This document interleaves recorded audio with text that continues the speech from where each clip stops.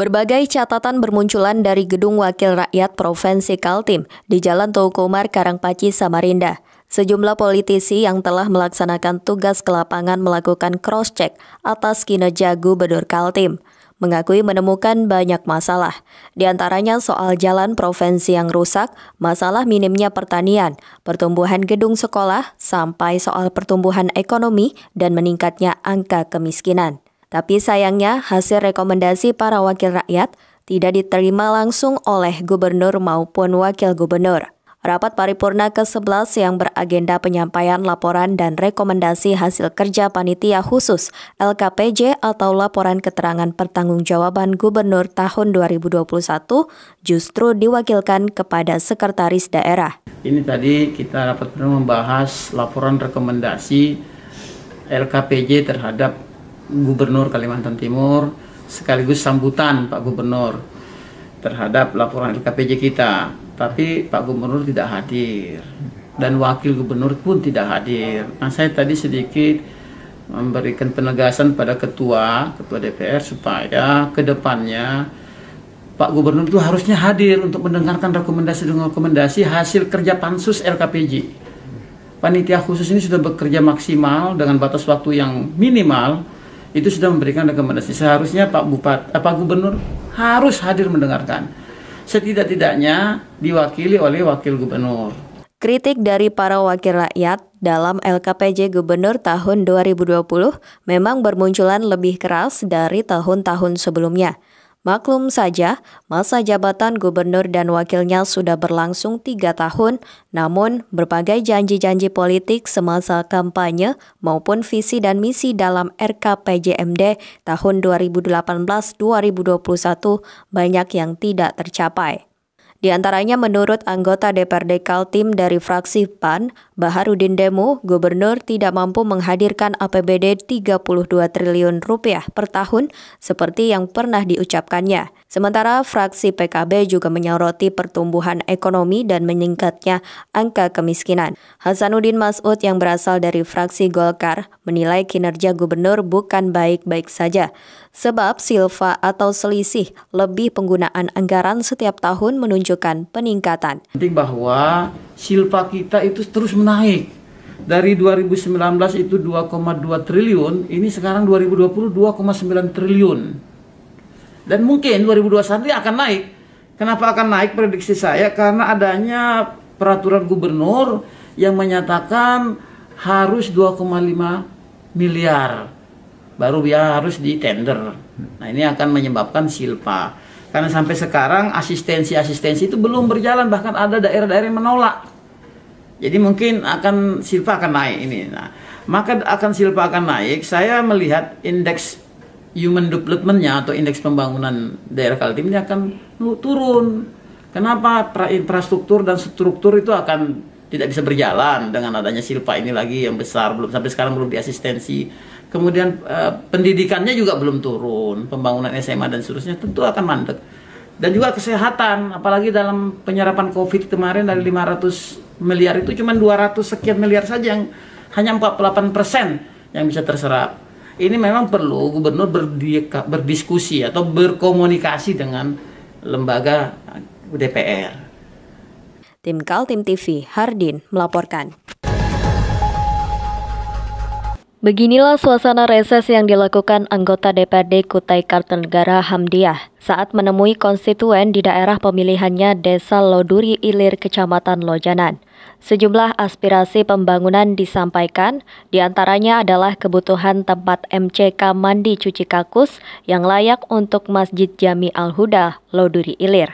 Selama ini masalah MCK masjid tersebut menjadi perhatian jamaah.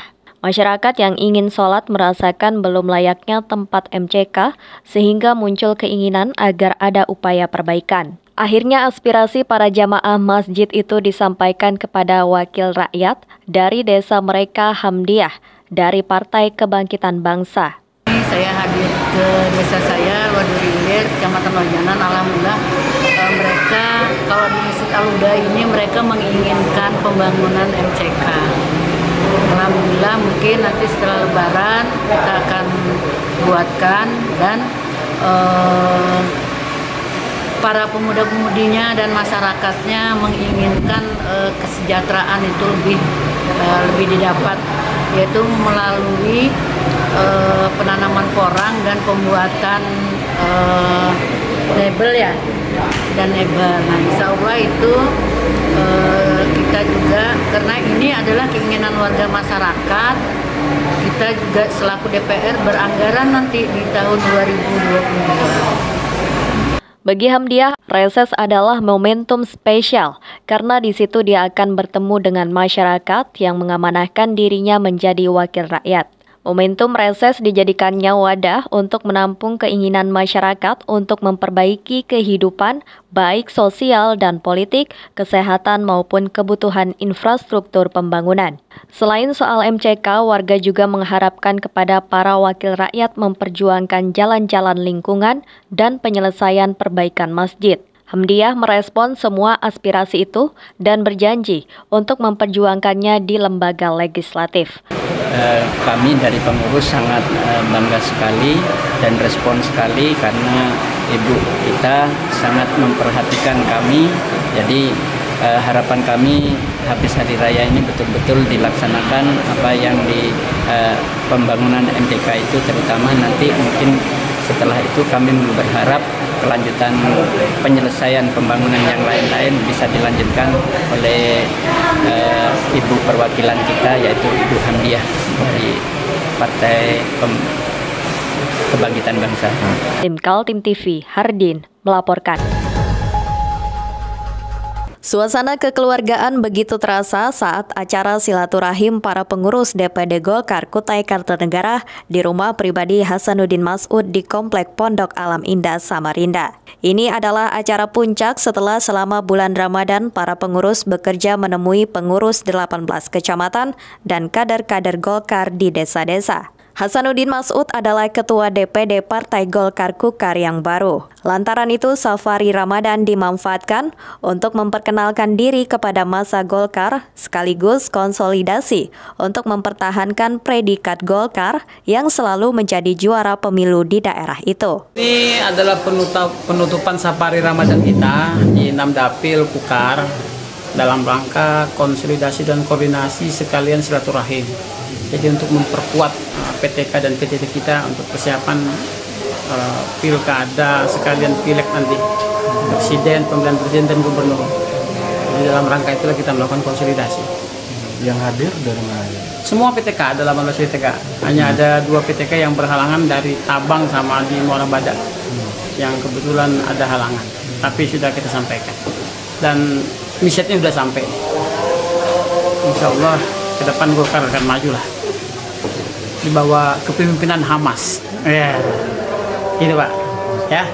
Silaturahmi itu dihadiri pimpinan tingkat kecamatan dan pimpinan tingkat daerah atau PTD sekukar. Terlihat juga Ketua DPRD Kukar Abdur Rashid dan jajaran fraksi Golkar DPRD Kukar, Heri Asdar, Johansyah, Haji Ashar Nuryadi, Dayang Marisa, Ahmad Jais, Kamarur Jaman, Hairendra, Farida dan Budiman.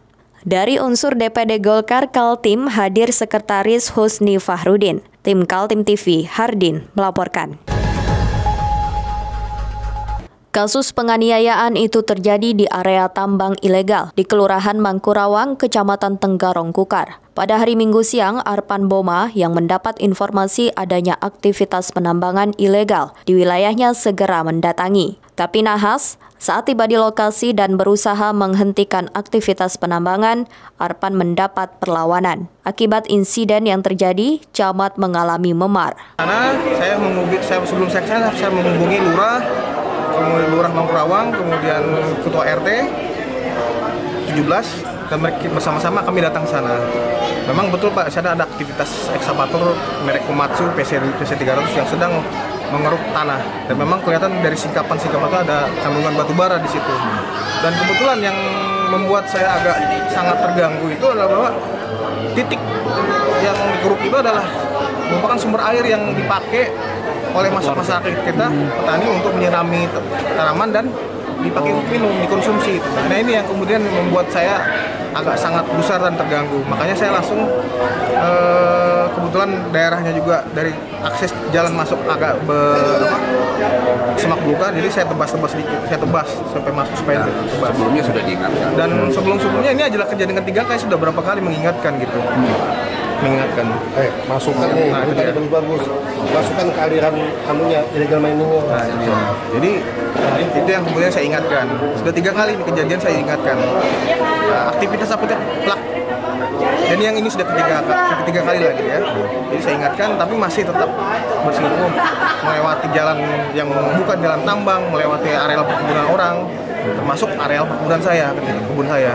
Ini yang kemudian agak mengganggu. Belum lagi tambah dengan laporan warga, keluhan warga, caci maki warga. Arpan menceritakan dia mengusir para penambang batu bara ilegal karena melihat dengan jelas titik keruk yang dilakukan penambang adalah sumber air yang biasa dikonsumsi para petani dan digunakan untuk menyiram tanaman. Dia juga menerima pengaduan masyarakat atas adanya aktivitas tersebut. Ini tambang ilegal. Ini sudah merusak lingkungan, merusak tanah, yang tanah produktif yang dipakai bercocok tanam oleh warga. Ini nggak bisa dibiarkan. Dan betul-betul luar biasa kerusakannya. Nah, ini yang saya tidak terima. Tetap bersikukuh, bahkan akhirnya sampai mengeluarkan senjata tajam. Ya saya harus bertahan, saya harus bertahan. Kini kasus penganiayaan terhadap Arpan sudah ditangani pihak kepolisian, pelaku sudah berada di kantor polisi dan menjalani pemeriksaan. Tim Kaltim TV, Hardin melaporkan. Memperingati 23 tahun perjalanan reformasi, sekelompok aktivis melakukan unjuk rasa di depan kantor Gubernur Kaltim, Jalan Gajah Mada, Samarinda. Sejumlah isu diangkat, terutama terkait pemberantasan korupsi oleh KPK yang dinilai sudah mati. Para aktivis melakukan unjuk rasa dengan tertib. Sekitar 30 pengunjuk rasa yang sebagian adalah mahasiswa menyampaikan orasi dan menggelar pembentang spanduk dengan narasi-narasi kritikan terhadap pemerintahan Joko Widodo.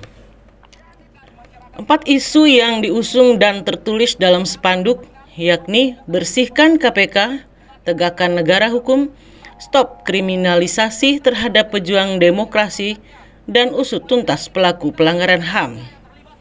Pada hadirin aksi ini kita pertama memperingati daripada 23 tahun reformasi dan kita ingin merefleksikannya. Apakah nilai-nilai daripada reformasi pada saat itu sudah teraktualisasi dengan baik dalam kehidupan berbangsa dan bernegara. Namun nyatanya beberapa isu tidak terakomodir dengan baik. Terutama kita bicara korupsi, kita bicara pelanggaran HAM yang belum diselesaikan, dan masih banyak lagi bentuk kriminalisasi daripada aktivis-aktivis demokrasi. Isu pemberantasan korupsi menjadi topik utama demonstrasi karena menurut para pendemo, pada zaman pemerintahan Joko Widodo, lembaga KPK atau Komisi Pemberantasan Korupsi sudah mati. Mereka juga menyinggung adanya polemik 75 pegawai KPK yang tidak lolos tes wawasan kebangsaan. Menurut para aktivis, tes tersebut adalah bentuk upaya menyingkirkan para penyidik yang telah memberikan baktinya di lembaga anti rasuah itu. Bahwa sebenarnya apa yang terjadi adalah di era Jokowi KPK telah dimatikan. Itu yang kita sebut sebenarnya. Bagaimana bentuk penguatannya? Apakah dengan menjadikan para penyidik ini sebagai ASN itu menjadi penguatan? Tidak. ASN itu menjadikan mereka adalah karyawan-karyawan yang harus taat dengan pimpinan. Di sisi lain, mereka memastikan bahwa ada terjadi praktek-praktek pungli, nepotisme, dan juga korupsi di depan matanya yang dilakukan oleh pimpinan dan juga para kroni-kroninya. Nah, bagaimana mungkin mereka bisa melakukan fungsi pengawasan, penyidikan jika mereka itu di bawah perintah karena mereka berjibaku sebagai pegawai negeri. Gerakan informasi bergulir sejak tahun 1998, ditandai berakhirnya masa pemerintahan Orde Baru di bawah kepemimpinan Presiden Soeharto. Masyarakat sipil di seluruh Indonesia mengawal perjalanan reformasi, terutama untuk mengevaluasi apakah semangat itu masih ada atau sudah menyimpang dari alurnya.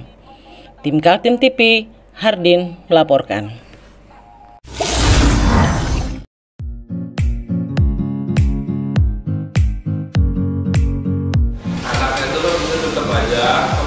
Cara mudah beriklan digital di Kaltim TV.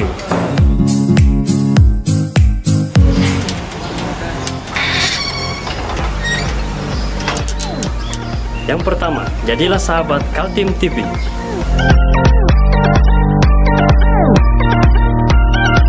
Dengan Rp1.000.000, para sahabat mendapat 20 kali tayang di slot berita kamu.